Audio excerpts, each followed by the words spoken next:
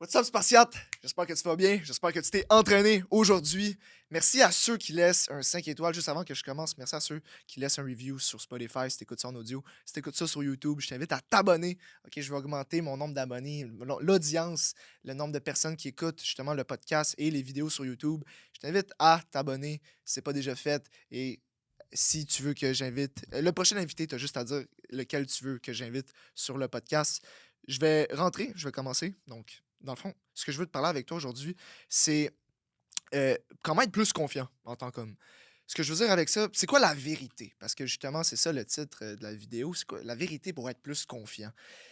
Ce que j'ai remarqué dans les derniers mois, dernières années, c'est que, surtout avec le contenu puis les livres que je consomme, que je lis, j'ai remarqué que il y a souvent tu sais, c'est quoi que ça nous propose pour être plus confiant?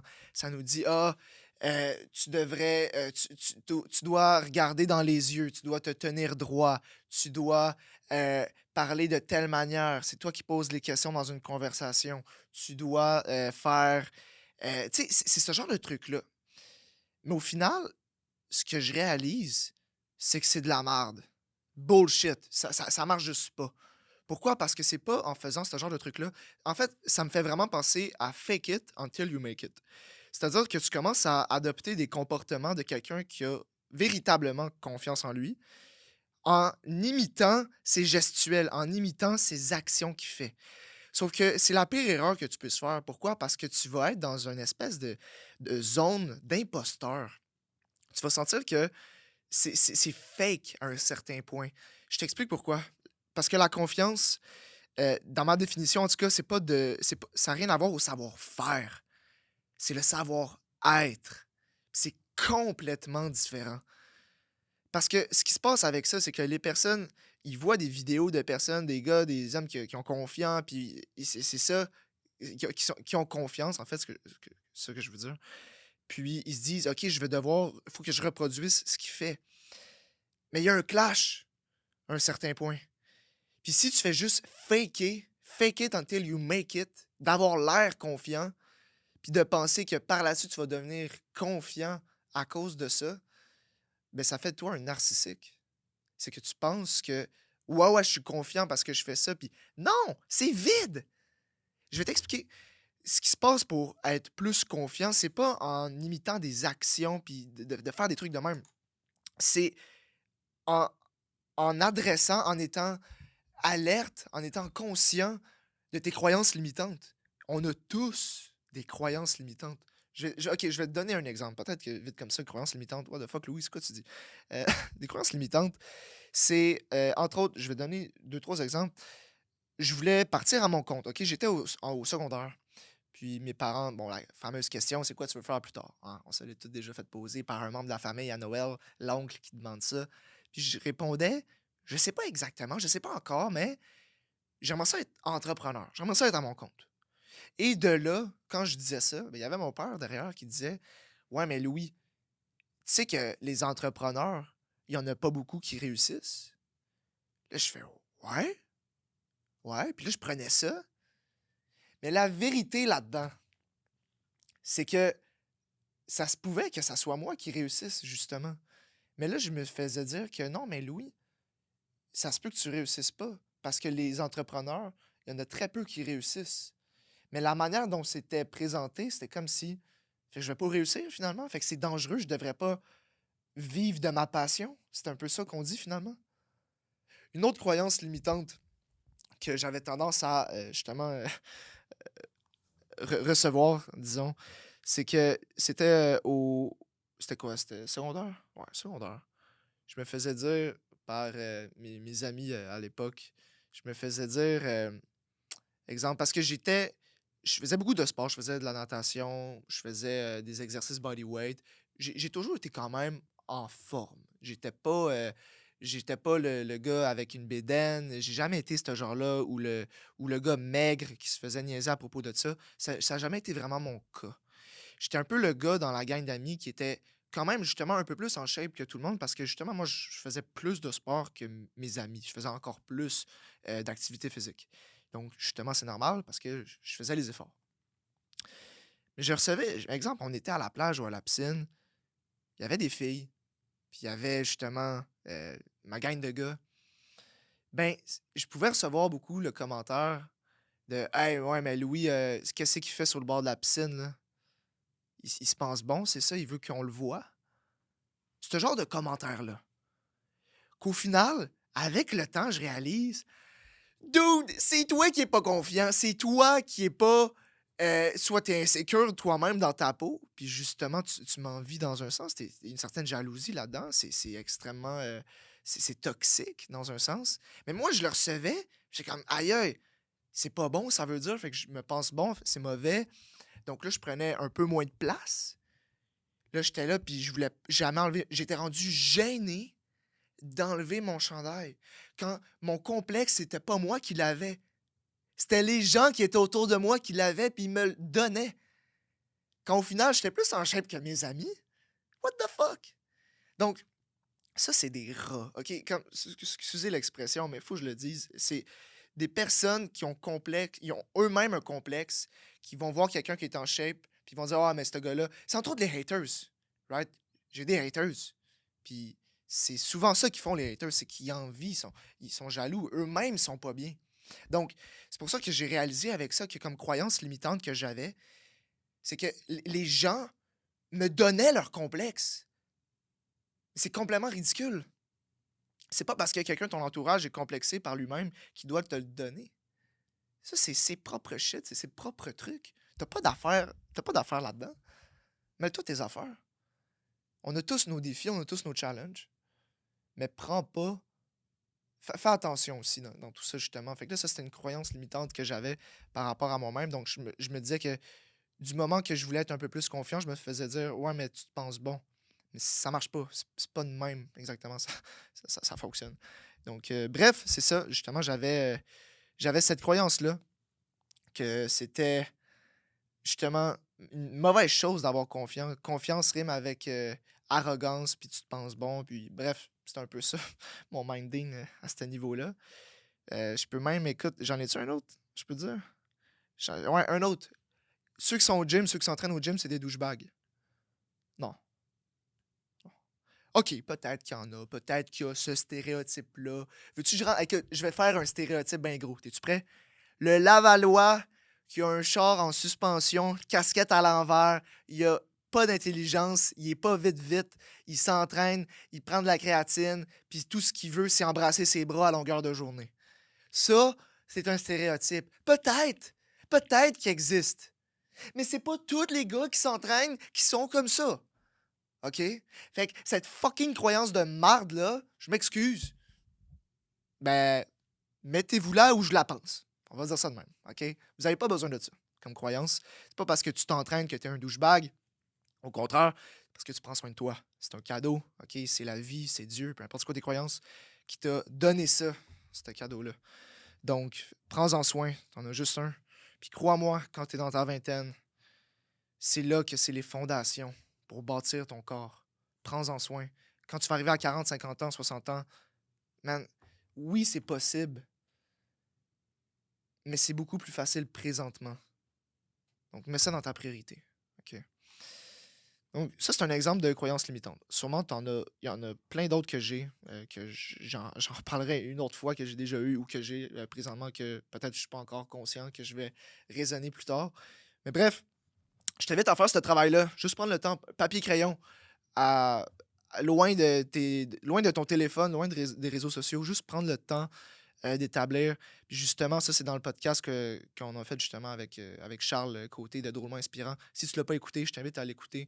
Le lien il est dans ma bio, dans la description, en fait. Donc, je t'invite à aller l'écouter. Mais bref, on parlait de ça, entre autres, avec Charles, que le fait de... Voyons, j'ai un blanc. Le fait de t'entraîner, les croyances limitantes... Ah oui, c'est ça. OK. Papier-crayon.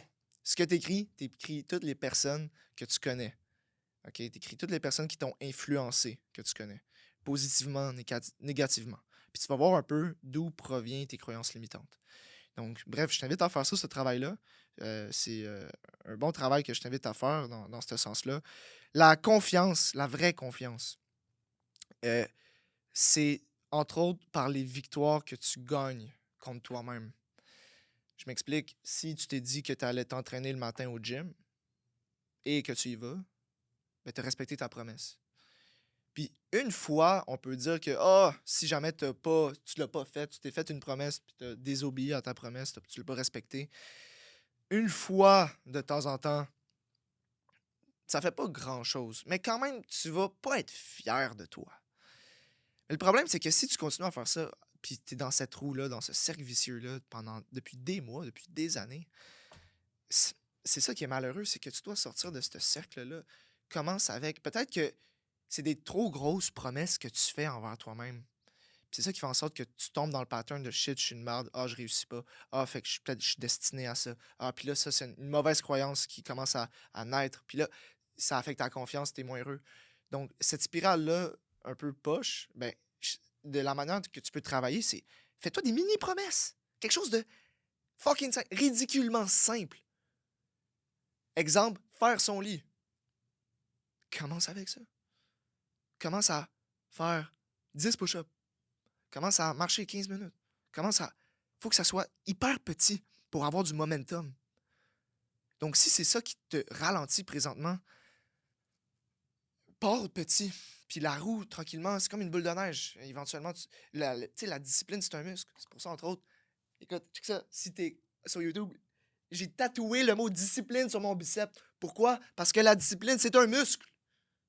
C'est un muscle qui doit être travaillé. Puis tu vas pas être discipliné du jour au lendemain en ayant la discipline de, exemple, un soldat, mettons David Goggins. OK? C'est pas comme ça que ça fonctionne. Donc, c'est ça par rapport à la confiance. Puis un autre truc aussi là-dedans. Moi, j'aime ça dire être compétent. En fait, compétence rime avec confiance. Donc, la vraie confiance, c'est quand tu es compétent. De, c'est la confiance à un autre niveau, en fait. C'est que tu n'as pas besoin de prouver quoi que ce soit.